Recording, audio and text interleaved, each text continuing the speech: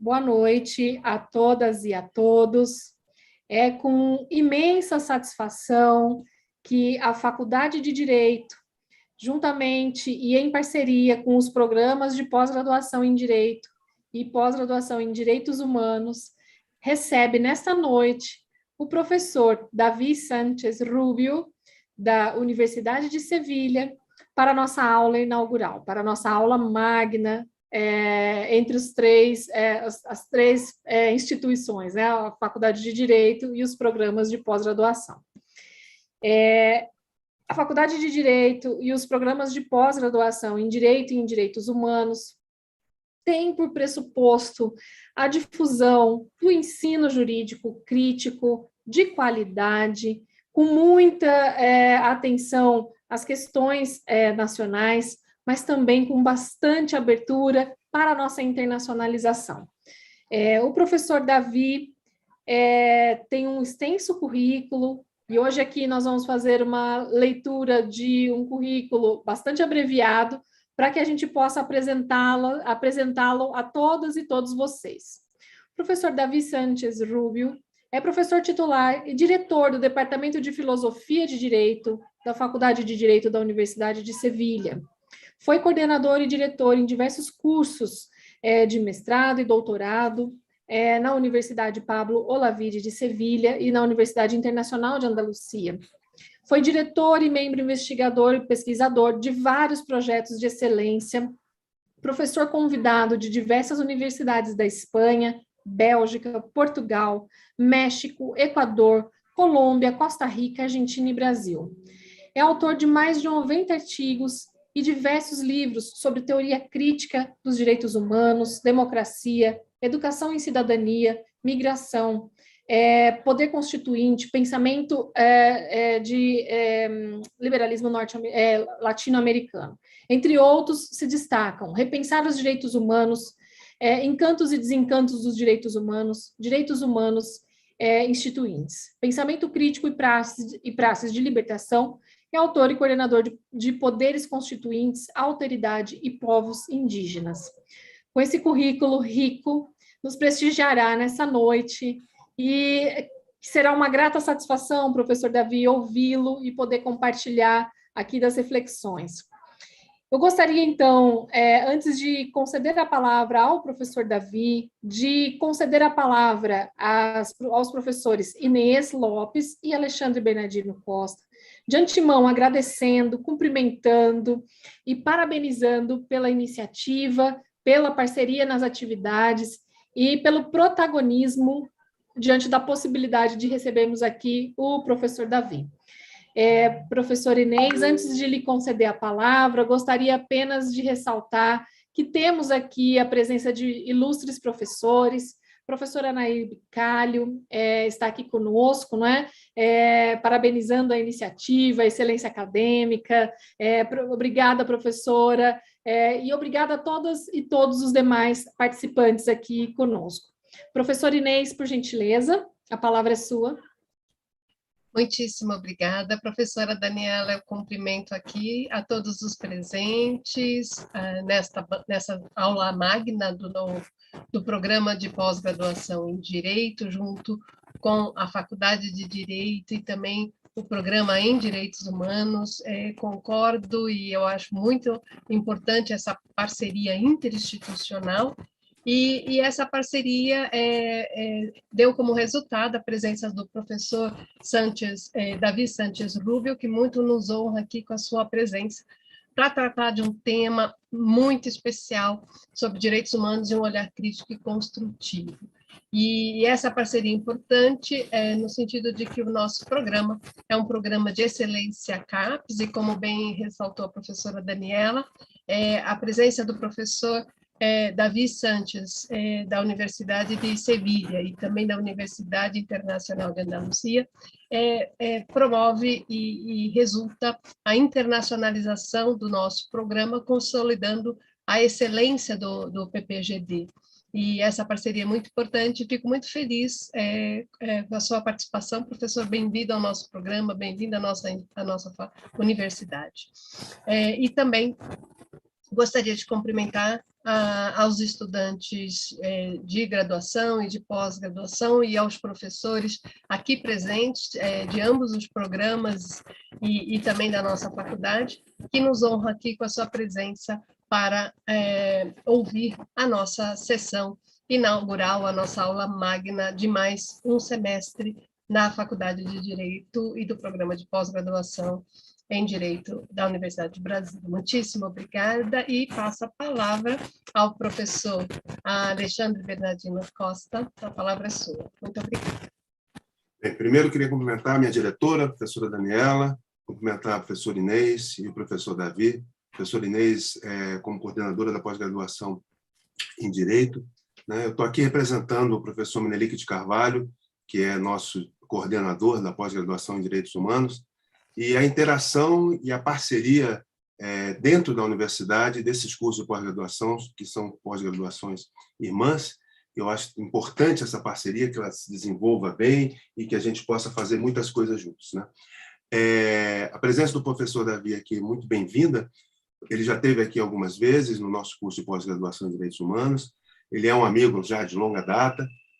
A gente tem um convênio com a Universidade de Sevilha, onde tem, nesse momento, um estudante lá fazendo estudos de doutorado de sanduíche. A gente tem também, nesse momento, ocorrendo um seminário internacional na Universidade Pablo Olavide, lá em Sevilha, que o professor Davi sempre participa, eu já participei várias vezes, e que a gente tem a participação. O lançamento, inclusive, foi hoje lá, do volume 10 do Direito Achado na Rua, comemorando os 30 anos de Direito Achado na Rua.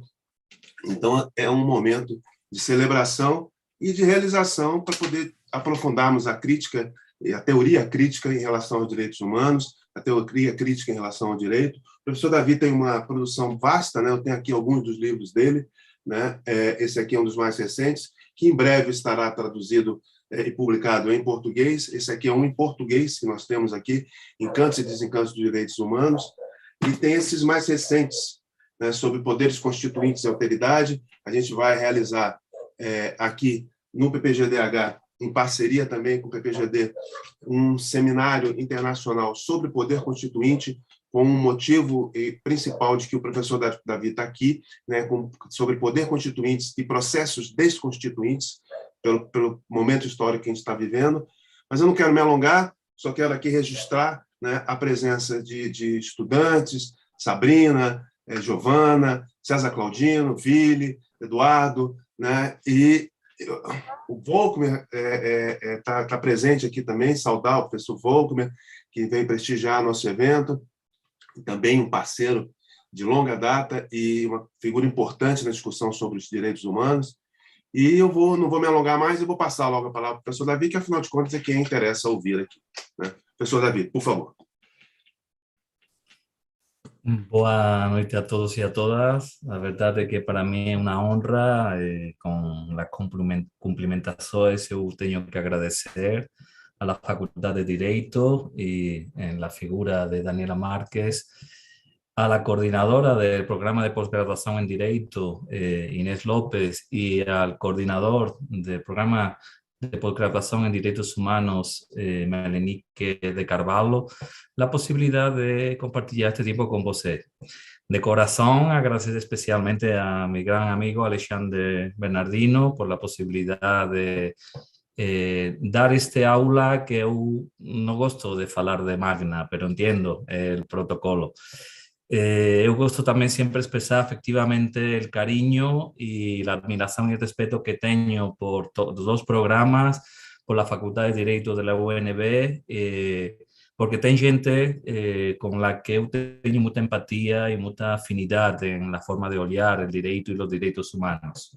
Además de Alexandre Bernardinos, dar buena energía a Menelik de Carvalho, que se recupere pronto de su dolencia. Y especialmente también dar un abrazo grande a José Geraldo de Sousa Júnior, a Nair Eloísa Vicalo, a Vanessa Castro, y yo acho que está por ahí Antonio Carlos Bolmer y Ivone Lixo, ¿no? De corazón, muy obrigado por tener la paciencia y el masoquismo de escucharme a mí a continuación. Son momentos difíciles con el COVID-19. Yo estoy aquí en una estancia de postdoctorado por un mes y tener que hablar virtualmente pues un poco extraño, ¿no? Ya en España desde el mes de septiembre todas las aulas son presenciales y eso da un poco más de vida, ¿no? A esta realidad tan complicada, de ficción científica. De brincadeira eu sempre falo que parece que estoy en Marte o en Júpiter comunicándome con los amigos y amigas como si todos fuéramos astronautas, ¿no? Agradecer también a todos los presentes, profesores y profesoras, que si no conozco, pues de corazón, es motivante y me empolga pues, poder compartir este tiempo con ustedes. ¿Por qué olhar los derechos humanos desde una perspectiva crítica, constructiva? Bien, eu acho que todos estamos percibiendo en los últimos tiempos una realidad en Brasil, en España, eu viajé a Ecuador, México, lo que me falan también en otros contextos como Argentina, donde la convivencia cada vez es más agresiva. Hay más un cultivo del odio, de la violencia y una polarización social muy fuerte. La desigualdad se incrementa, la forma de entender los derechos humanos tecnocráticamente impide esa dimensión de la solidaridad y del respeto de la dignidad de todos. Está apareciendo un pensamiento cínico, excluyente, racista, machista, sexista, clasista y elitista, ¿no? Que por distintas razones se explicita ahora de una forma más pública, siempre existió, pero ahora el contexto es especial. Porque el capitalismo en su versión neoliberal espalia la injusticia social y una lógica que es cocida, globalifóbica y caníbal. Entonces, yo acho que es preciso reagir con contundencia, con valentía y compromiso para defender algo que yo creo que toda la humanidad tiene que tener presente. Tenemos que construir un mundo donde todos caibamos con el reconocimiento de la pluralidad y la diferencia del ser humano multicore y no un mundo donde solo caiban unos pocos. Y yo acho que en esa construcción de ese mundo donde caiba todo el mundo, tenemos que ser protagonistas desde una actitud, de una forma de agir dialógica, donde todos aprendemos unos de otros, donde la gente saiba escuchar unos a otros, desde la rigurosidad y la seriedad de los argumentos, sin tener miedo de debatir y evidentemente reconociendo a cada uno como un sujeto con capacidad de construir realidad. La horizontalidad y el respeto mutuo, yo acho que es fundamental. Por eso yo soy siempre defensor de un modo crítico de entender la realidad, pero no destructivamente, sino constructivamente. En el sentido de los pueblos africanos, cuando hablan de los pájaros migrantes, que dicen que son muy inteligentes porque pegan lo mejor del sur y lo mejor del norte. Bueno, pues con los derechos humanos voy a intentar hacer algo parecido. Es decir, voy a cuestionar una forma de entender, comprender y practicar derechos humanos, no para destruir, sino para construir y complementar con otros hogares que son fundamentales para poner un grado de arena o la semente de ese mundo donde caiban todos los mundos y caibamos todos. ¿Cómo voy a intentar hacer eso? Visibilizar las luces y las sombras de los derechos humanos, utilizando principalmente como pretexto 3 referencias o recursos pedagógicos. Uno del chileno Elio Gallardo, que mucha gente que está escuchando conoce. Otro del sociólogo estadounidense que murió, Eric Olin Wright, y finalmente un recurso cinematográfico, un film de Elia Kazan de 1952 llamado Viva Zapata. Y a partir de esos 3 recursos, yo voy a intentar desenvolver mi forma de argumentar, mis arguciones, que espero que todo el mundo logre entender. Mi eterna disculpa por falar brasileñol y no falar portugués de la manera que yo debería falar después de tanto tiempo. Vamos con Elio Gallardo. Elio Gallardo, en distintos de sus libros, Derechos Humanos, Matriz y Posibilidad, o Teoría Crítica, Matriz y Posibilidad de Derechos Humanos, y Siglo XXI, Producir un Mundo, entre otros, dice la siguiente afirmación, que yo concordo y compartillo. La organización capitalista de producción económica y social, y también con su producción simbólica y cultural, genera y crea expectativas de derechos que simultáneamente, a la vez, imposibilita la materialidad de los mismos.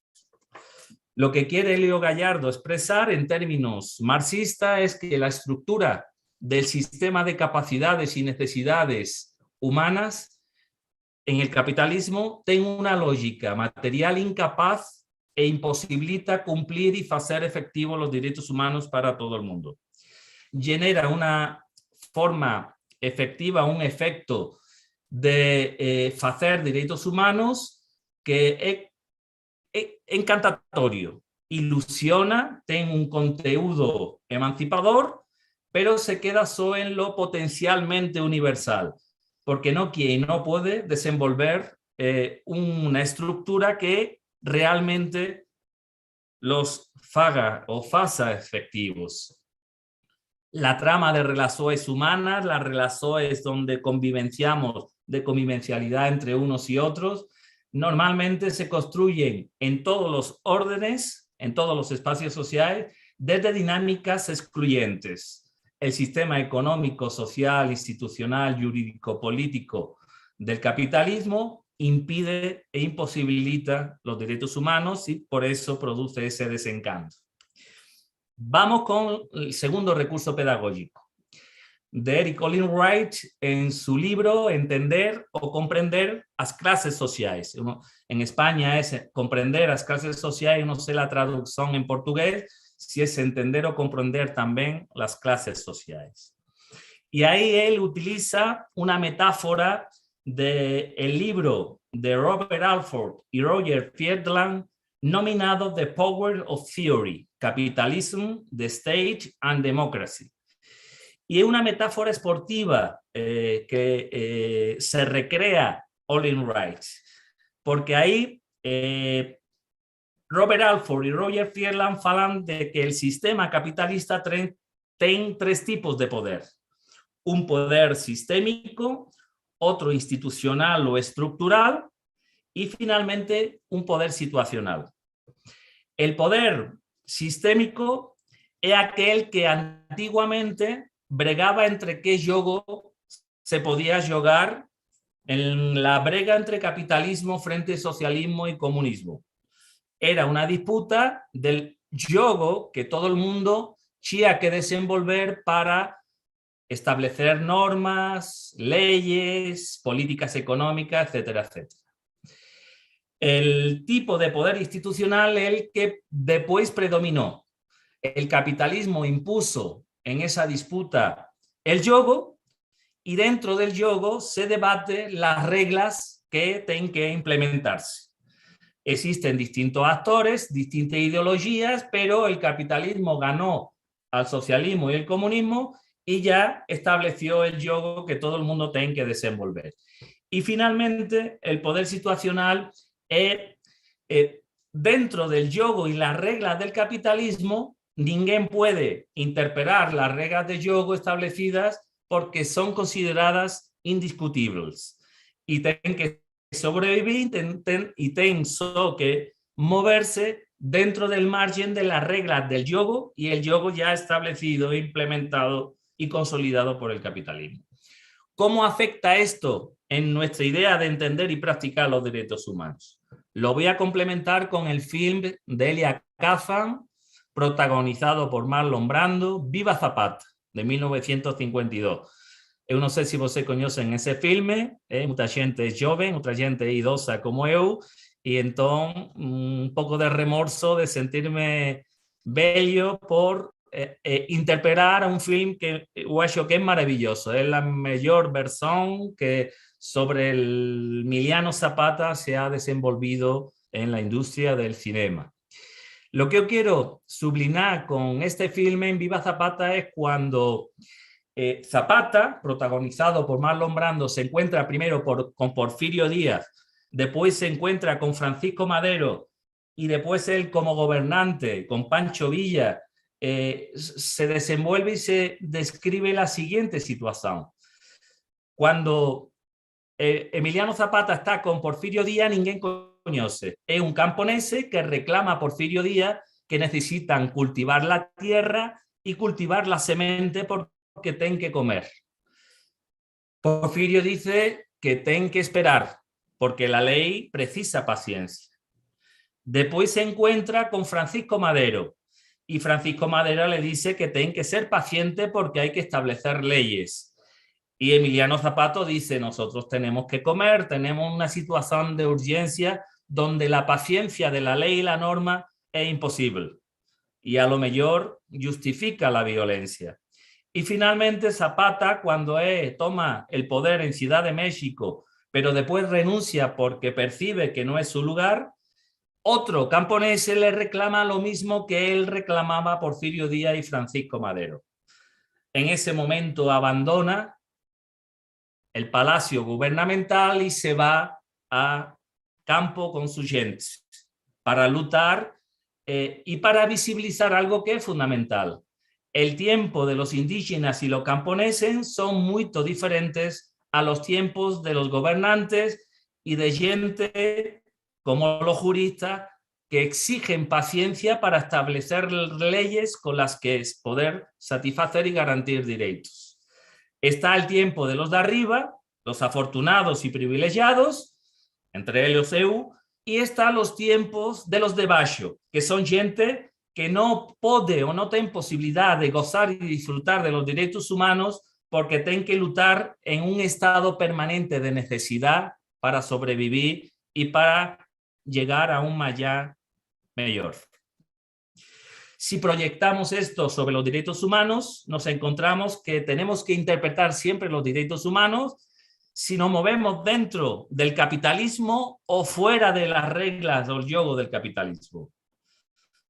Ahí aparece esa institución que muchos reclaman denominado común. Antiguamente era el socialismo y el comunismo, ahora pueden expresarse manifestaciones o ejemplos de comunismo y socialismo no soviético junto con espacios de lo común. También tenemos que olvidar si cuando hablamos de derechos humanos nos estamos moviendo dentro de las reglas establecidas por el capitalismo y la posibilidad de dentro del capitalismo establecer otras reglas. Y finalmente tenemos que olvidar si simplemente tenemos que obedecer las reglas, las leyes que el yugo del capitalismo impone, obedeciendo y sin posibilidad de subvertir, transformar o confrontar. Bueno, pues aquí entro un poquito ya en materia, en contenido. ¿Por qué estoy hablando de estos 3 recursos pedagógicos y cuál es el objetivo? ¿Cuál es el foco? Bueno, pues son varias hipótesis o ideas que yo voy a intentar también desenvolver de un modo lo más claro, con clareza, más simplificado posible. En primer lugar, la gente que me conoce sabe que yo tengo una idea sobre que el modo oficial que la gente tiene sobre derechos humanos y la práctica sobre derechos humanos a nivel institucional, que se enseña normalmente en las facultades de Derecho, en casi todas, yo sé que en la UNB no, la cultura jurídica defendida por los operadores jurídicos, la forma de entender y comprender y explicar los estados de derecho, los estados constitucionales de derechos, es un modo de practicarlos y entenderlos que no tiene capacidad de transformar el contexto desigual y asimétrico propio del capitalismo, donde predominan las relaciones de dominación e imperio. Es un modo de decir que se defienden derechos humanos dentro del yugo del capitalismo y dentro de las reglas impuestas por el capitalismo. Ahí aparece un poco cómo entender uno de los problemas fundamentales de los derechos humanos, que es la separación, el abismo entre la teoría y la práctica. Porque una cosa es lo que se dice y lo que se hace es otra. Y en cierta forma, ese modo de entender los derechos humanos se mueve en un discurso de inclusiones abstractas, donde todos somos reconocidos formalmente, pero en un chao, en un territorio, en un suelo o en una tierra de exclusiones concretas y particulares, donde el poder patriarcal, el poder propietario, el poder colonial son fundamentalmente los poderes innominados que están detrás de las normas jurídicas. Occidente tiene un modo de clasificar, interpretar, ordenar, organizar la realidad sobre el binomio, el dualismo superior-inferior, los que están encima y los que están abajo, los que tienen posibilidad privilegiada y afortunada de tener paciencia y de poder esperar porque disfrutan de condiciones dignas de existencia, y los que están bajo, que no pueden tener paciencia porque se mueren o porque sufren distintas expresiones de violencia que paradójicamente no son compatibles con una espera con las manos cruzadas. En cierta medida es una disputa, un dualismo entre propietarios y no propietarios, y que es todos los espacios sociales. Y las razones son distintas, por razones de raza, sexo, género, clase, espiritualidad religiosa, por la forma de conocimiento científico o no científico, por la edad, por tener capacidad o discapacidad de física o psíquica y muchas cosas más.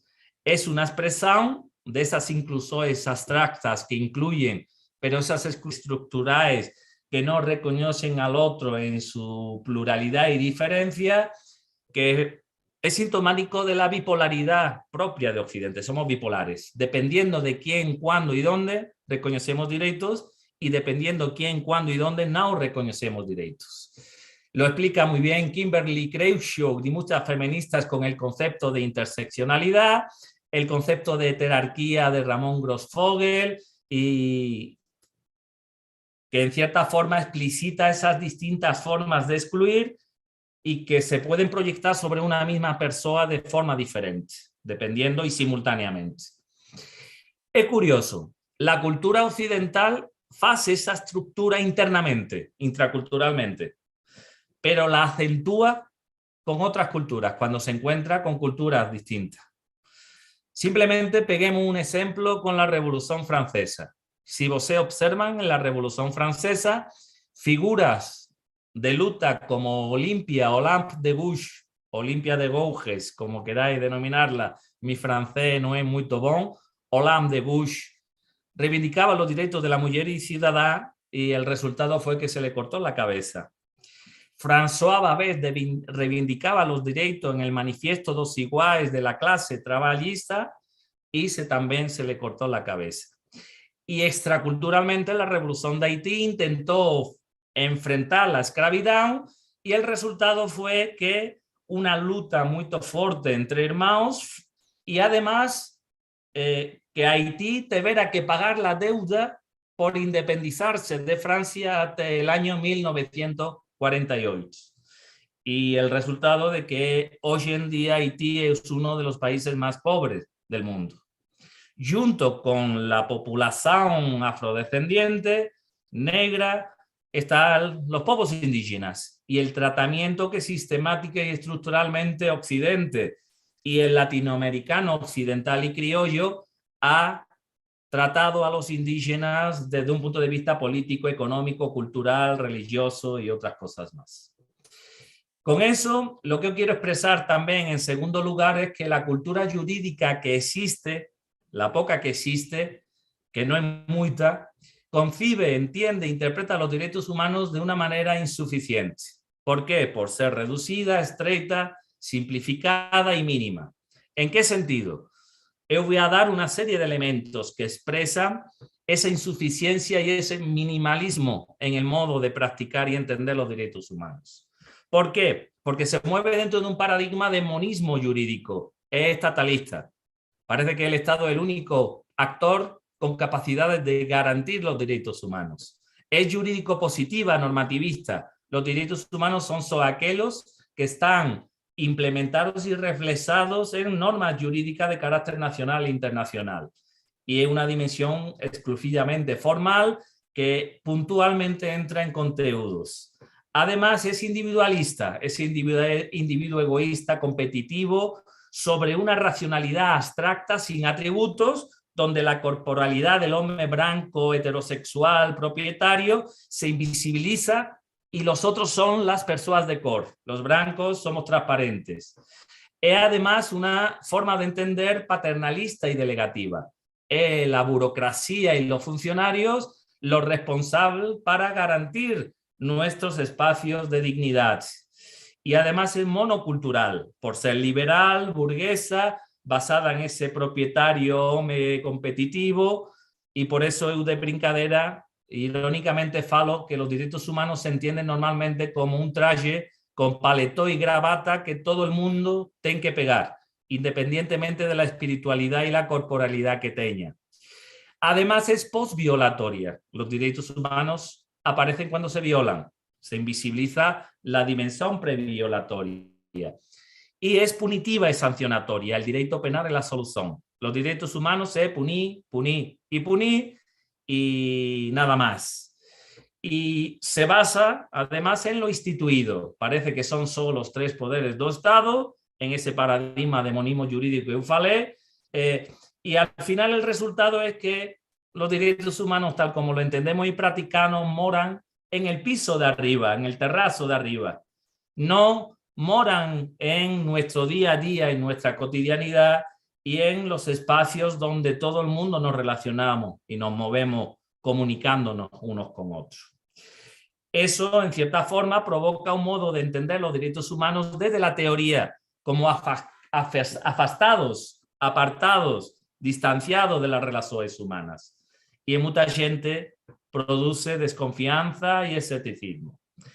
Yo lo que intento, de esa forma crítica, constructiva, es ofrecer otros olhares, otros modos y prácticas de entender los derechos humanos que combine la dimensión postviolatoria y previolatoria de los mismos, que sea más cotidianista, que sea multigarantista, complementando las garantías del Estado con garantías sociales o desde un paradigma de pluralismo jurídico donde existen expresiones normativas jurídicas no estatales que tengan un reconocimiento de la dignidad de la humanidad, de la gente, y desde prácticas instituyentes donde la lucha social de libertadores e insurgentes sean realmente el foco protagonista.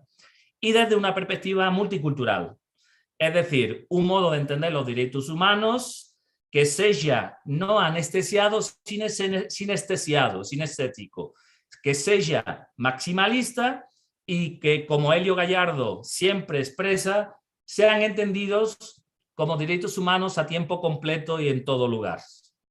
Yo voy a ofrecer algunas ideas de esa perspectiva crítica y constructiva. Frente al olhar donde lo instituido o el modo institucionalizado y estatalista de entender y comprender y practicar los derechos humanos es la única realidad, hay que acentuar la dimensión instituyente y de lucha de los derechos.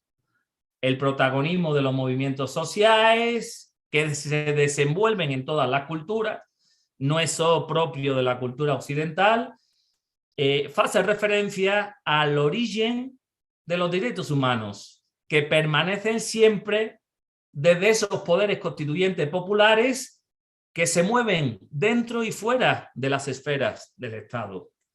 En ese sentido, históricamente, los derechos humanos surgen por procesos de lucha, pero también esas luchas no sumen, no desaparecen cuando se institucionalizan desde un punto de vista normativo y jurídico desde los poderes instituidos.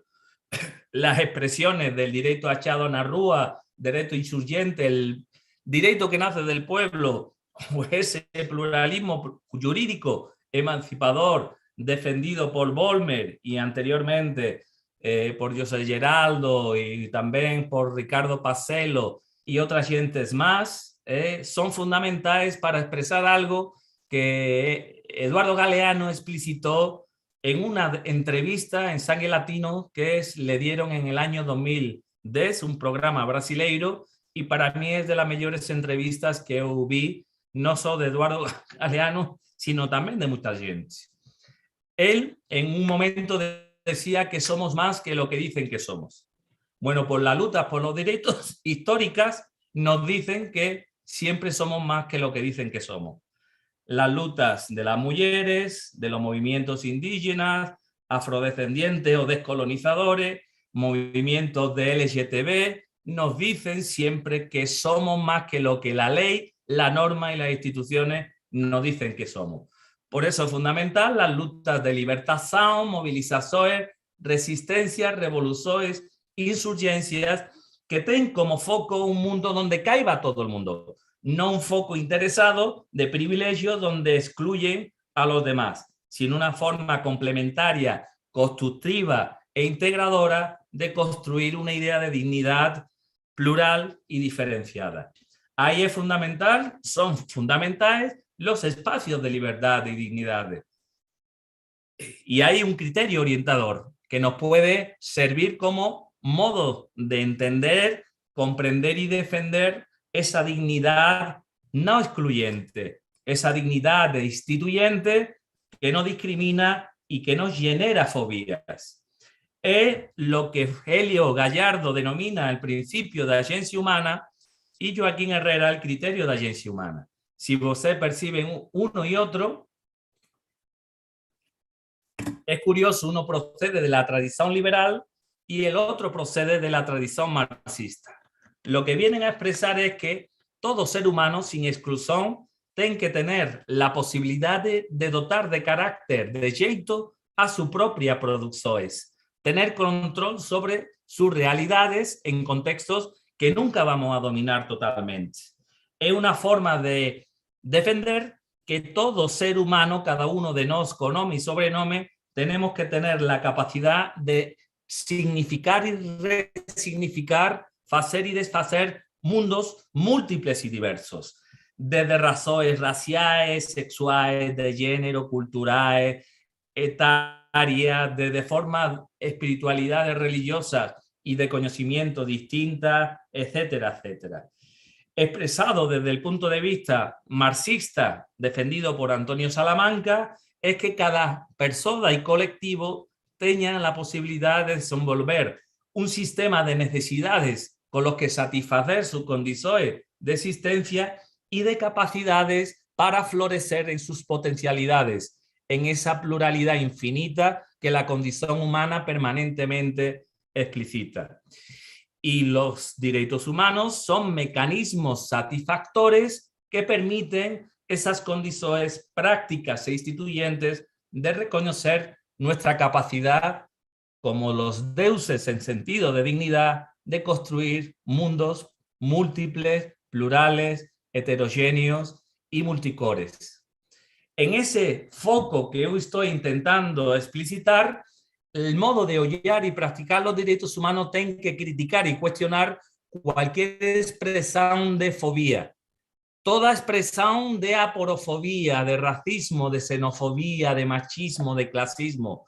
El objetivo es ir en contra de los odios, donde se construyen jerarquías excluyentes y se inferioriza, tratando al otro o a la otra como objeto y nunca como sujeto. Toda expresión de marginación, exclusión, exploración son focos que tenemos que cuestionar y argumentar con fuerza para impedir que a la gente no se le trate como un ser humano en dignidad. Por eso es fundamental, en cierta forma, explicitar otro criterio imperativo categórico defendido por Frank Hinkelamer, que denomina el imperativo categórico contra todo proceso de victimización de humanos, en el sentido de Marx o Erich Fromm, de denunciar cuando al ser humano se le vilipendia, se le inferioriza, se le barbariza y no se le trata en dignidad. Ese imperativo categórico va en contra de cualquier expresión y manifestación donde uno se halla superior y se trata a los otros como inferior. Uno creen que están por encima y otros están por baixo. Teniendo en cuenta algo fundamental, y yo acho que por eso yo falo de crítica constructiva. El ser humano tiene una condición, cada uno de nosotros tenemos una condición en nuestra forma de agir continuamente en la realidad. No somos ni angios ni demonios, somos angiomonios. Y en esa condición angiomónica tenemos que estar siempre en guardia para impedir voluntaria o involuntariamente generar espacios de no reconocimiento de dignidad en la gente. En cierta forma, guacho que es algo fundamental para no intentar desoxigenarnos por movernos excesivamente en espacios donde el oxígeno, por estar tan encima, no llega. Y en cierta forma afecta en nuestra forma de razonar y de pensar la realidad. Otro elemento que es fundamental y que me gustaría explicar utilizando un recurso bíblico, el Evangelio de San Marcos, en el capítulo 2, versículo 27-28, el llamado sábado o sábado, donde la ley judía prohíbe trabajar un sábado y los fariseos están pendientes de que Jesús incumpla la ley para ser justiciado, para sancionarlo. Y un día Jesucristo es llamado para dar de comer a gente que tiene fome del millo que está en el campo y sana, cura a una persona que tiene parálisis en la mano. El resultado, la conclusión que se quiere enseñar es si el sábado, la ley es para el ser humano o el ser humano es para el sábado. Es decir, tenemos que obedecer una ley, una norma que nos prohíbe trabajar y como resultado provoca que la gente mora de fome y mora porque tiene una dolencia, una enfermedad, o tenemos que interpelar y cuestionar esa ley sanando y dando de comer a la gente para que no muera.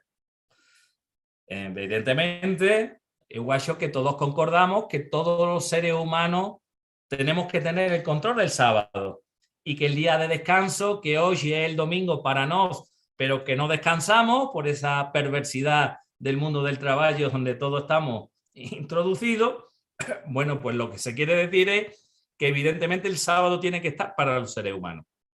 Bueno, pues que usamos el sábado y vamos a sustituirlo por cualquier tipo de producción humana, sea una institución, un valor o un principio. Yo preguntaría a cada uno de vos, ¿el mercado es para el ser humano o el ser humano es para el mercado hoy en día, tal como se concibe? Como debe ser, es diferente.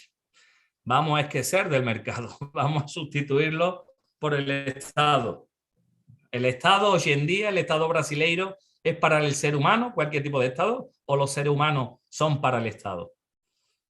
La idea de patria, la idea de concebirlo, etcétera, etcétera. Es que somos el Estado, el modo de entender el trabajo. Normalmente el trabajo es para el ser humano o el ser humano es para el trabajo. Vamos con las nuevas tecnologías y las nuevas ciencias. ¿Los celulares son para los seres humanos o los seres humanos para los celulares?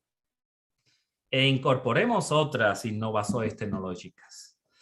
Con la fe, con la razón, tenemos expresores donde se fetichiza e idolatra una producción humana, el propio derecho y el modo de entender el derecho, y se convierte en un Dios superior a la propia condición humana. Algo que tiene que ser en función de nos, se convierte en algo superior a nos. Fetichizamos, idolatramos. Karl Marx lo explicó muy bien en el juego del capital-trabajo.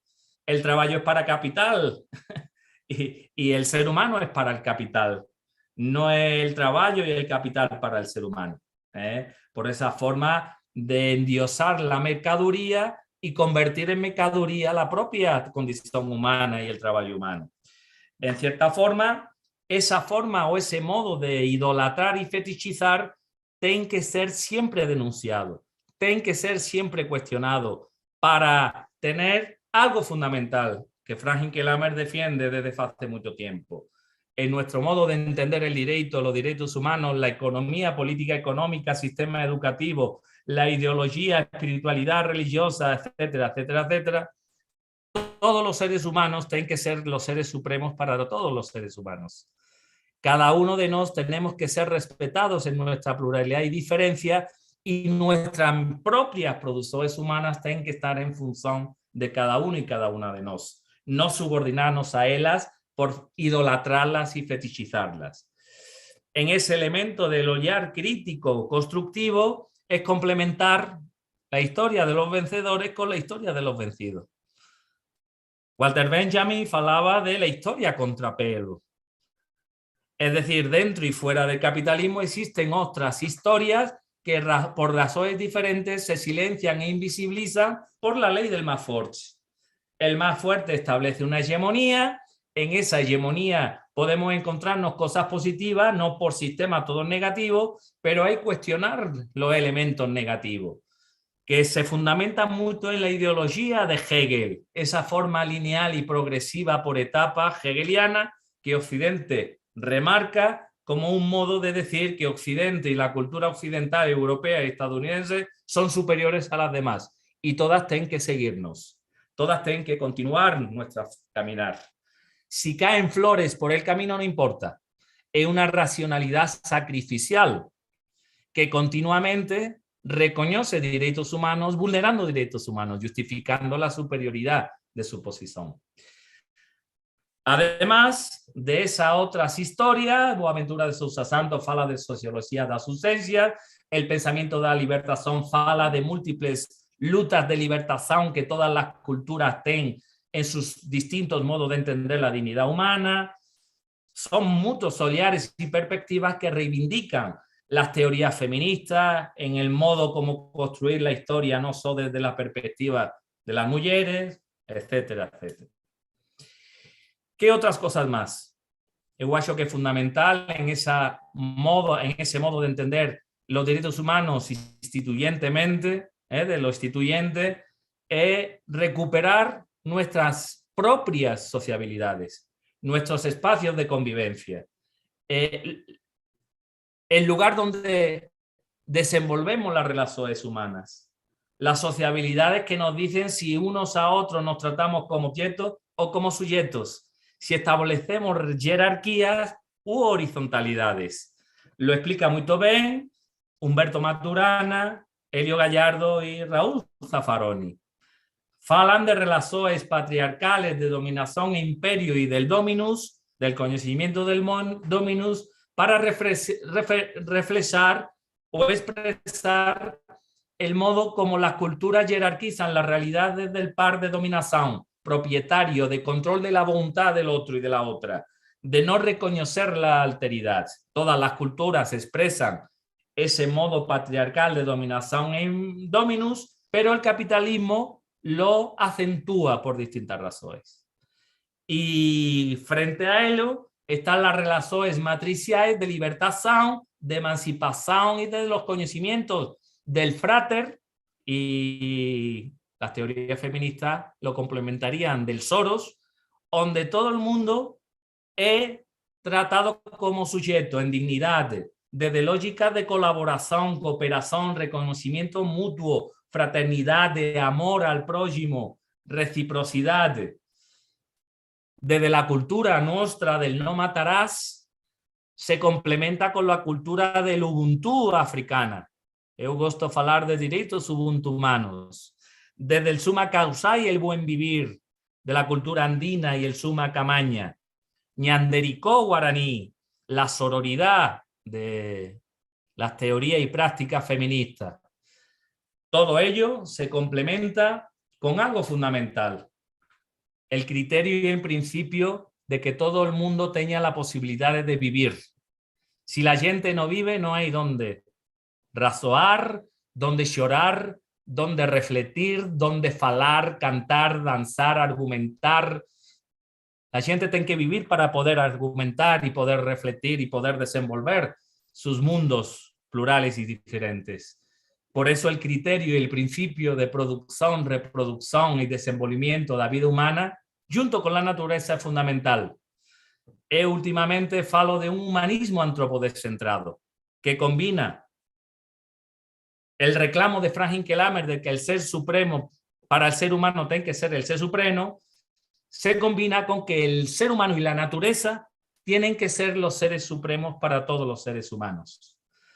En definitiva, lo que yo quiero expresar y compartir ya con vosotros es que los discursos de abstracciones abstractas, inclusivas, los discursos inclusivos abstractos que defendemos normalmente desde un punto de vista institucional y normativo, tienen que ser complementados con prácticas de inclusiones concretas y particulares. Estructuralmente, consolidarlas desde el yogo de la democracia y, en cierta forma, en todas las formas y expresiones de vida. De ahí ese modo multigarantista, complejo, relacional, estatal y no estatal, previolatorio y postviolatorio de entender los derechos humanos. Es fundamental para ello desenvolver otros yogos distintos al del capitalismo, con luchas sistémicas que implementen formas de sociabilidad incluyentes y de horizontalidad, porque el capitalismo excluye al ser competitivo, clasificar la realidad de ganador y perdedor, y lo naturalizamos y normalizamos como algo que está dentro de nos. Y además implementar y complementarlo con luchas dentro del yogo del capitalismo, estableciendo otras reglas y además con luchas situacionales donde la gente intenta sobrevivir, pero ten como horizonte de esperanza un mundo mejor que nunca el yogo del capitalismo va a poder posibilitar, como eu falei principalmente. Eso es otra historia que agora eu non voy a desenvolver. Muito obrigado e mi palabra agora é el silencio.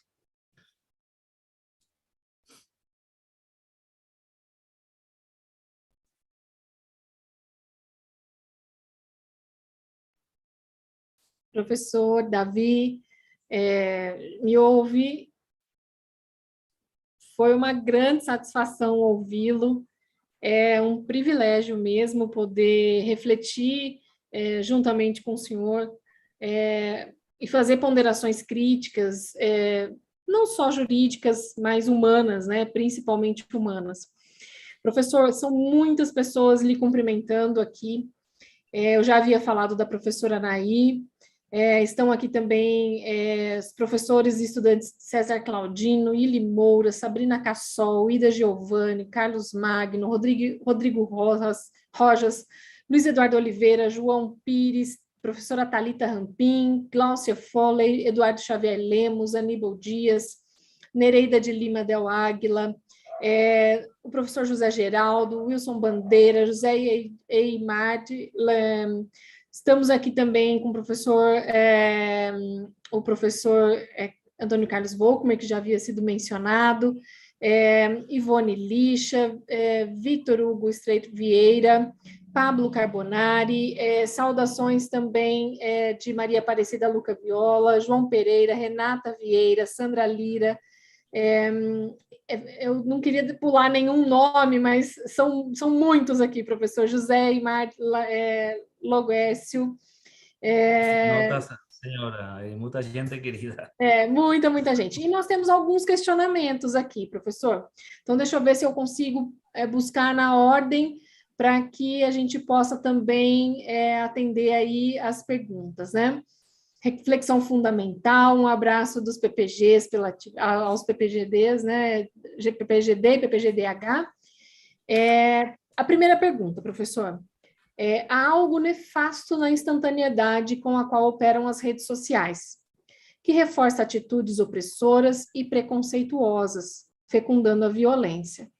Qual é, para o senhor, a forma possível de praticar a luta pelos direitos humanos nessas redes?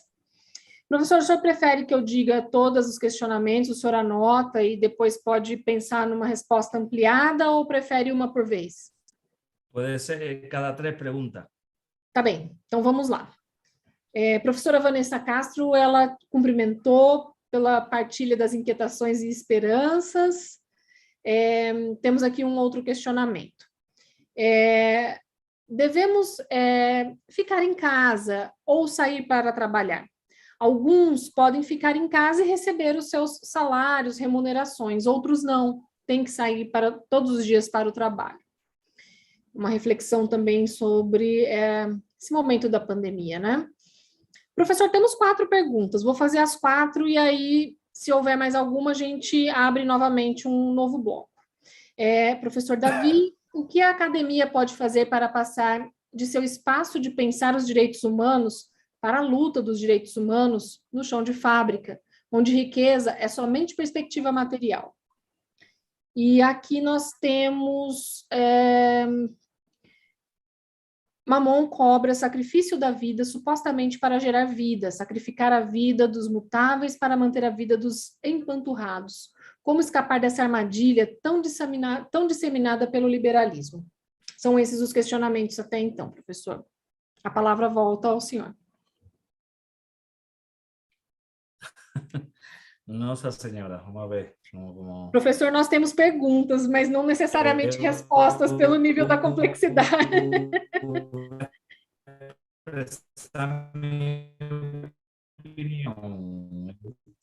Sim, perdão.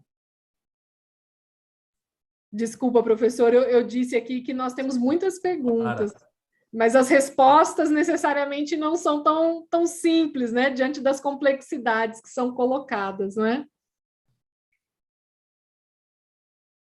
Son preguntas malvadas de gente que es gran amiga, como Vanessa Castro, Eduardo Oliveira, Rodrigo Roja. Bueno, voy a intentar responder, pero desde una opinión, desde una solución. Cada contexto establece la solución de las cosas. Se pueden dar criterios de orientación, pero los contextos varían dependiendo de quién es el actor, los actores, las actores o actrices y la dimensión espaciotemporal, económica, cultural, etcétera, etcétera. Vanessa, sobre las redes sociales. É difícil. Eu não gosto das redes sociais. Eu acho que sou um neandertal,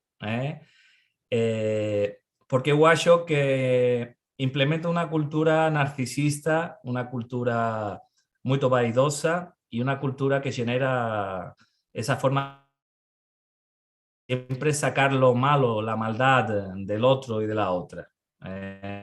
Esa forma angelmónica, perversa, de esconderse en casa, en el salón o en el baño, en el bañero de casa para decir barbaridades sobre los demás, ¿no?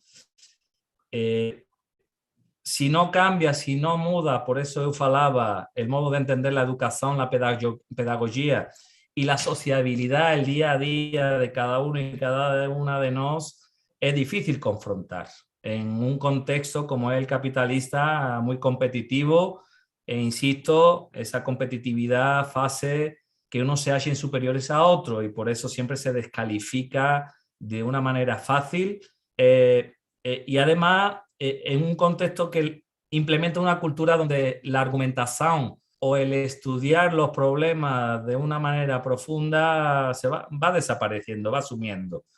El tener la opinión, yo tengo mi opinión y vos tenés la suya, ¿no? Entonces eso vacía el saber escuchar y tener disposición de aprender del otro y de la otra. Como todos nos hallamos, pues nunca vamos a tener esa apertura de la alteridad de la gente. Y eso va a provocar esa semente de perversidad, de inferiorizar, preconceptuar y proyectar los preconceptos en todo momento como una toma de posición de que yo tengo un argumento y soy sujeto y una opinión donde todo el mundo con el I like me van a fortalecer y consolidar, ¿no? La solución, pedagogía, educación, expresar las perversidades de las redes sociales, igual que son pocos los que cuestionan, y en cierta forma educarnos en ese modo de entendernos unos a otros desde la pluralidad y la diferencia. Eu pego siempre la metáfora de Babel, hay que babelizar el mundo. La diversidad y la pluralidad son buenos, enriquecen nuestra condición. No hay que hegemonizar desde la denigración y la inferiorización de uno y de otro. Lo de Luis Eduardo, yo soy de los que defiende, por eso estoy aquí en Brasilia, de que hay que salir de casa y no ficar en casa. Byung-Chul Han lo explica muy bien cómo la cultura digital está desenvolviendo un modo del trabajo donde todos nos exploramos a nosotros mismos. Ya no explorar al otro y a la otra. Se suma además en que nos autoexploramos por la responsabilidad que tenemos de producir los objetivos que nuestro empleador nos dice o que nuestra universidad nos implementa. Entonces tenemos que trabajar sábado, domingo, a la noche y casi 24 horas al día, ¿no? En cierta forma, tenemos que combinar lo virtual como complemento de lo presencial y desde un concepto de trabajo vivo en su pluralidad, donde la gente tenga vocación de hacer lo que realmente quiere y no se le subordine, precarice su condición, insisto, por un sistema que justifica la indignidad de las condiciones de trabajo y además defiende, como el personaje de Marvel, Thanos, que la mitad de la humanidad es población sobrante. Tienen que morir, tienen que eliminarse. La pregunta, siempre saliendo cuidándose. Yo me cuido, pero si vivimos en una cultura del miedo, siempre van a ganar los privilegiados y los afortunados, los más fuertes, porque tienen las condiciones de enfrentar la enfermedad, de poderse mover en espacios abiertos o grandes, excluyentes, donde los demás no pueden, en cierta forma, también participar y compartir, grandes casas, grandes propiedades, que moran en una favela no tienen la posibilidad de confinarse, como intentan los países del norte decir a la gente que mora en los países del norte, ¿no? Cuidándose, implementando distintos sistemas de salud, es fundamental combinar lo presencial con lo virtual. Y desde condiciones de trabajo digno. Insisto, que el trabajo sea para el ser humano y no el ser humano para el trabajo. Rodrigo Rojas, la academia puede hacer para pasar, la academia puede hacer muy poco, por lo menos la que yo conozco, porque no tienen vínculo con la sociedad civil, por lo menos en Europa. Puntualmente existen proyectos, pero son muy puntuales. No existe una conciencia académica que tenga como referente y foco la lucha por los derechos y la importancia de que lo importante de enseñar los derechos humanos no es la teoría, es la práctica. Y después la teoría es un apoyo, evidentemente, es un complemento. Por eso falo de constructivo. No quiero destruir la teoría, pero hay que dejar de enseñar solo teoría, normas, memorizar y no desenvolver una cultura que para los perversos, para los que se hallan, es adoctrinar. Yo siempre me río porque quien me acusa de adoctrinar normalmente son cristianos católicos que continuamente han adoctrinado mi vida. Yo tengo una cultura formada en la cultura católica y ahí la objetividad que defiende la neutralidad y el referente de lo humano abstracto, pues brilla por su ausencia. Y finalmente, creo que Paulo Carbonari Mamón cobra sacrificio la vida supuestamente para generar vida. ¿Cómo escapar Bueno, pues es muy difícil si no intentamos construir un yogo diferente, otros yogos en plural diferente al del capitalismo. A mí me hace mucha gracia cuando me dicen, pero de los comunistas que fueron asesinados por Stalin o los comunistas que fueron asesinados por los militares de los sistemas de seguridad argentinos y brasileiros.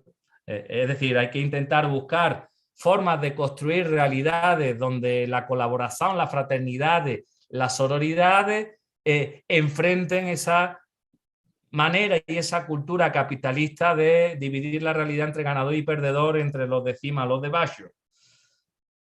Es multicultural, por eso acho que es fundamental distintas expresiones vinculadas con el buen vivir, el concepto de lo común entendido en términos interculturales, donde el reconocimiento del otro y de la otra sea el referente para que la naturaleza y los seres humanos nunca sean sacrificados en nombre de cualquier producción humana.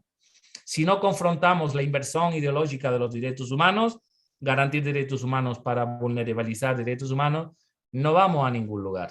Vamos siempre a reproducir esa lógica excluyente donde quien tiene fortuna o es privilegiado, pues va a disfrutar y gozar de la realidad.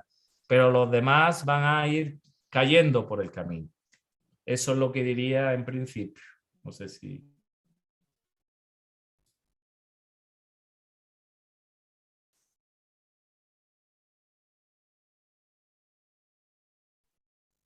Obrigada, professor. Eu vou passar a palavra ao professor Alexandre para que ele possa conduzir o próximo bloco. Professor, o senhor está de microfone fechado. Abra lá para... Verdade, verdade. Coisas tecnológicas. Problemas entre a cadeira e a tela. Agradecer muito, Davi, pela palestra, pela conversação aqui, pela possibilidade de aprofundar conhecimentos críticos e dialogar, né, crescermos juntos nesse processo, né, Davi? Houve uma pergunta sobre saúde, né? Eu estava aqui pensando sobre a desigualdade. Vários pesquisadores hoje em dia apontam que o início da vacinação não deveria ser somente com os idosos, teria que ser priorizando também populações vulneráveis, como população de rua, população de favelas, moradores de periferia, que tem que trabalhar, e uma série de outras providências deveriam ser tomadas e não foram, né? A gente vê, por exemplo, num outro aspecto da pandemia, a contratação emergencial de médicos, de enfermeiras, de profissionais da saúde em geral, que foram terminados os contratos logo após o pico da pandemia, sob o argumento de que não seriam mais necessários, porque, afinal de contas, boa parte deles são terceirizados em empresas de prestação de serviços e ganham muito pouco, né? E agora estamos precisando deles de novo, mas não temos como realocá-los imediatamente, né? Uma desorganização completa e uma tentativa de privatização do sistema público de saúde, o nosso SUS, que está respondendo tão bem às necessidades de vacinação, né? E um outro aspecto, Davi, que me chama muita atenção, esse é mundial, que é a escala de vacinação nos países pobres, né? E o problema da propriedade e as patentes das vacinas, né? As pessoas estão começando a se dar conta de que isso é realmente um problema. E um detalhe muito importante é que essas vacinas foram obtidas com a cooperação internacional de inúmeros países e inúmeros centros de pesquisas financiados com dinheiro público e não com dinheiro privado, né? Aí, aparentemente, uma empresa privada é detentora dos direitos porque ela desenvolveu, mas, na realidade, desenvolveu com a participação de inúmeros institutos de pesquisa. O professor Romero, que é da Faculdade de Medicina aqui, hoje escreveu sobre isso no Correio Brasiliense e tinha uma escrita também sobre a valorização necessária dos profissionais de pesquisa no desenvolvimento de vacinas no Brasil, porque a gente teve parceria de várias instituições brasileiras com instituições internacionais. Mas isso é minha fala aqui, muito rápido, eu roubei o microfone aqui um pouco, mas eu queria fazer as perguntas dos colegas aqui. Luiz Eduardo Oliveira, luta de classe e luta por direitos humanos é uma oportunidade possível no capitalismo ou não? Pode haver luta de classe também na liberdade e por liberdade no regime socialista? Luta de classes e por direitos independem dos regimes? Como é que o senhor faria uma reflexão sobre isso? Movimentos sociais devem se utilizar do direito, litigando estrategicamente para reivindicar suas demandas? Podemos considerá-lo como uma ferramenta de mudança? São basicamente essas perguntas. Eu não sei se eu pulei alguma. E fique à vontade, Davi. Sí, muy... Vamos a ver. Luis Eduardo, si você conhece un poco la historia de América Latina, ten ejemplos de estados que eran socialistas, pero que Estados Unidos, junto con la oligarquía, bregaron y eliminaron. Elio Gallardo tiene un trabajo muy lindo que dice que son los comunistas seres humanos en el contexto de las dictaduras argentinas, uruguaya y chilena.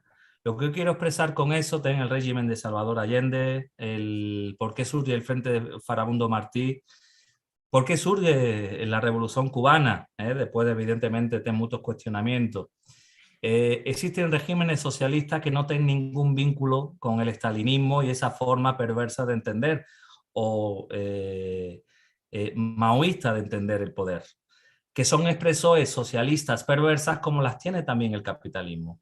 Es decir, no santifiquemos el capitalismo cuando es el sistema hoy en día predominante y entonces la solución es no cuestionarlo, el suicidio colectivo.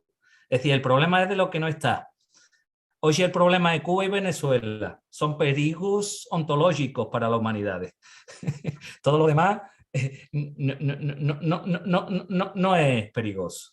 Es más, ¿por qué comparamos siempre Cuba y Venezuela con Europa y no comparamos lo que es Cuba hoy en día con Honduras, Guatemala, El Salvador o Nicaragua, que tienen un régimen de un cabrón, con perdón, que era supuestamente progresista y ahora se convirtió en un dictador? O con Haití, que son todos países capitalistas. Compare Cuba con cada uno de esos y dígame si no es preciso una lucha de clases. Puede haberla en un país socialista por convertirse en perversión, pero dígame si hoy en día el capitalismo no convierte en perversidad muchos espacios sociales en África, en América Latina y en Asia. Yo creo que es un poco perverso siempre defender el capitalismo fechando los hoyos y visibilizando con la política o el ollar de doble rasero de esconder la sociedad propia, la violencia propia, supervisibilizando la violencia y la sociedad que ideológicamente no concorda con mi posición. Yo soy de los que defiende el denunciar la perversidad de un lado y de otro, pero nunca esqueza que hoy en día el proyecto que domina globalmente el mundo es el del capitalismo. Si quieres hablamos de Corea del Norte. Oh, madre mía, Corea del Norte tiene una capacidad de espaliarse por el mundo impresionante. Es peor que la luna se choque con la Tierra, en ese sentido. Seamos ponderados, tengamos toma de conciencia de que como no reagimos y no tengamos capacidad de reagir ante la deforestación y la depredación del medio ambiente, de la naturaleza, que el capitalismo está provocando, yo creo que no voy a tener ninguna duda de que China es capitalista. Pues se puede hablar de comunismo de Estado, que yo denuncio y cuestiono por esa forma jerárquica de establecer la realidad. Y si me escutó, si defendemos horizontalidades donde la gente se respete uno a otro, hay que cuestionar cualquier sistema político y económico que no reconozca al otro, genere horizontalidades y que estructure sus realidades bajo el par de los que están encima y por los que están abajo. Sean socialistas, comunistas o capitalistas, que yo creo que tienen que ser el referente. Y sea occidental o no occidental, sea de la cultura a la que pertenezco o sea de otra cultura a la que no pertenezco. No sé si eso es... la pregunta del derecho y los movimientos sociales. Es fundamental. Cuando eu falo de Eric Colin Wright, en esa estrategia de la regla del juego del capitalismo, uno no tiene que ser ingenuo, uno tiene que ser inteligente estratégicamente y tácticamente para usar el derecho que puede usarse para llevarlo al terreno del reconocimiento de la dignidad de las clases desfavorecidas. Porque eso lo hace muy bien el que tiene el poder. Que tiene el poder usa, abusa y desusa el derecho cuando le interesa. En todos los movimientos sociales, estratégicamente, desde esa lógica de emancipación y libertación, tienen que usar estratégicamente el derecho, tiene que saber usarlo, pero también cuestionarlo en el momento que impide el reconocimiento de las necesidades y las capacidades del colectivo vulnerabilizado y victimizado por distintas razones.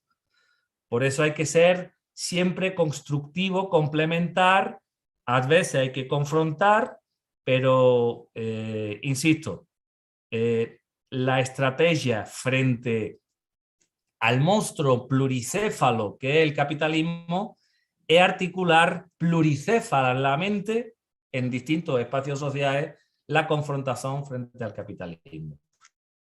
Y el uso del derecho puede ser un arma, un instrumento útil, pero no único, porque muchas veces el derecho se construye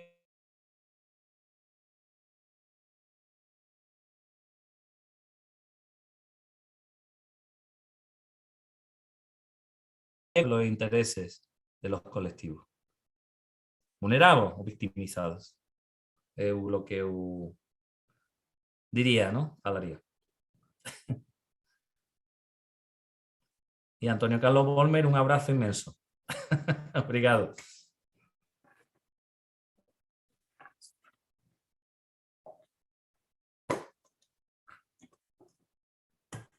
Professor, penso que nós não temos mais nenhum questionamento, né? O senhor já viu aqui o cumprimento final do professor Volkmer, que também é uma satisfação tê-lo aqui conosco, né? Certamente, o professor Volkmer tem toda a razão, viu? Um momento extremamente rico que está nos proporcionando aqui, professor. Refletir o humano, né? Muito mais do que direitos humanos, é parte inerente da nossa atuação enquanto docentes, enquanto academia, por mais que a gente ainda tenha muito que caminhar aí enquanto acadêmicos, né? Eu vou, professor, me despedir, agradecendo imensamente.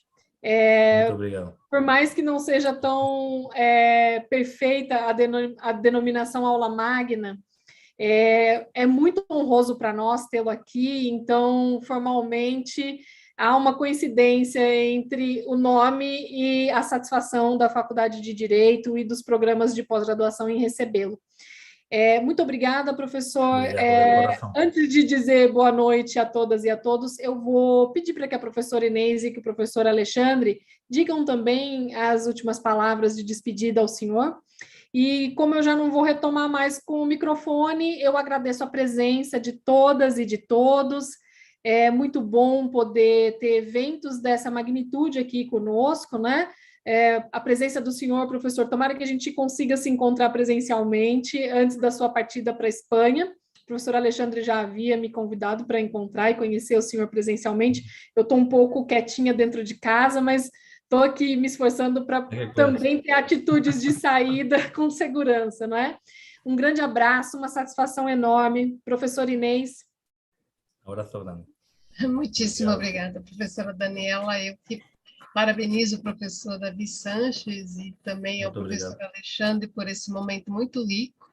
E na sua fala, fiquei pensando em duas questões que me chamaram bastante atenção. Primeiro, quais são os desafios para o ensino jurídico de afirmação dos direitos humanos, não só no aspecto teórico e prático, mas, ao mesmo tempo, pensar dentro de uma sociedade globalizada, como é que os Estados podem assegurar o desenvolvimento de seus cidadãos se você tem uma ordem internacional que muitas vezes concentra as riquezas nos países industrializados. E uma outra questão também que me chamou a atenção na sua fala, professor, a importância da democracia para que a gente tenha liberdade de expressão e de formação e de lutar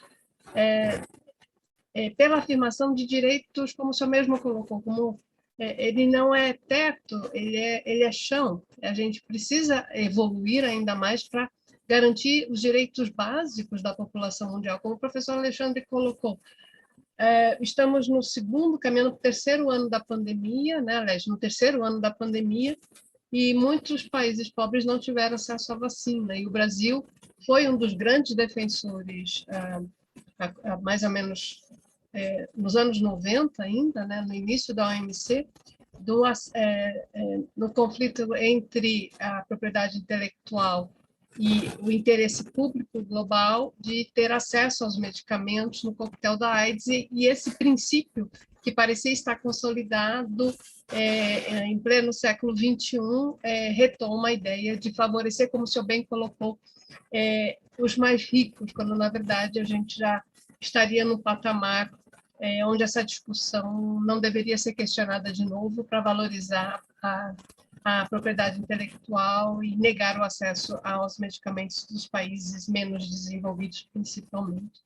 E é com muito orgulho que eu também traz reflexões no terminal, na aula magna, né, talvez inaugural, no pensamento decolonialista, que a gente, muitas vezes, acaba utilizando essas expressões como cotidianas, mas traz reflexões de como a gente precisa avançar na forma como a gente apresenta o nosso curso, né? E muito feliz e honrada de ouvi-lo e agradeço aqui a todos e parabenizo a todas as perguntas. Meu muito obrigada. De coração, muito obrigado também. Ficou pequenino.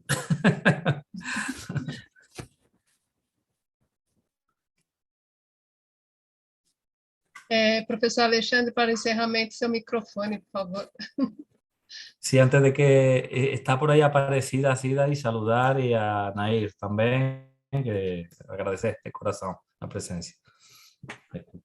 Meu amigo Davi, né, as falas aqui que me precederam, né, são suficientes para revelar a importância desse momento e a gratidão que a gente tem por você estar aqui conosco, discutindo coisas tão importantes como direitos humanos, a realização de direitos, a realização de direitos em todos os momentos para todos, né? Uma coisa que você fala muito e eu acho super importante, e a gente tem que ter essa dimensão, né?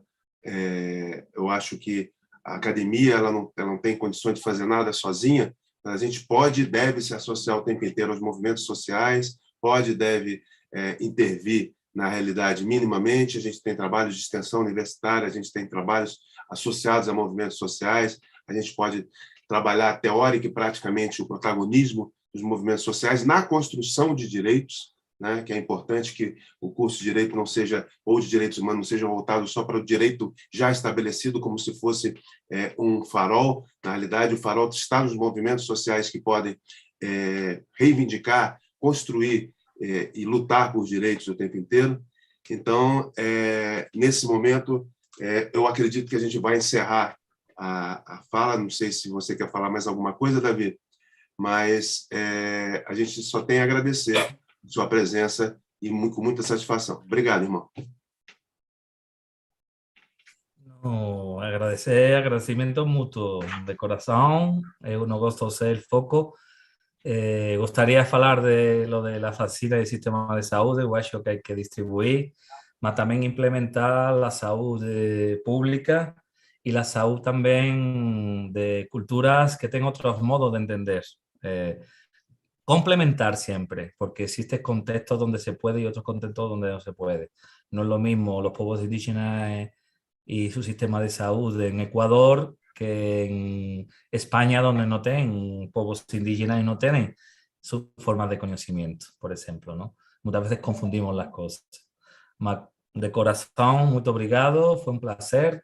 Siempre con esa tristeza de que todo sea virtual y no poder abrazar y no poder compartir un diálogo donde mi fala o palestra, como que sé quién fala, el pretexto sempre. Muito obrigado. A gente tem que lembrar sempre que a gente vai explorar muito a presença do Davi aqui, então a gente vai ter evento na semana que vem, junto com o professor Zé Geraldo e o professor Pedro Demo, no PPGDH, e na outra semana, de 7 a 9, a gente vai ter o seminário internacional de poder constituinte e processos desconstituintes, com vários convidados do Brasil, né? Um convidado internacional, além do Davi, que é o Manuel Gândara. A gente vai ter Vera Caram, Gilberto Bercovitch, Menelik de Carvalho, Marcelo Catone. A gente tem uma série de pessoas, né, que compõem um quadro de reflexão crítica sobre o poder constituinte e a possibilidade de instituição de direitos por movimentos populares e a luta contra a instituição de direitos ou a destituição de direitos por parte de movimentos oligárquicos, né? Vai ser uma oportunidade muito rica para todos nós, de 7 a 9, às 19 horas, e em breve a gente vai fazer a divulgação desse evento. Muito obrigado a todos e a todas e a todos.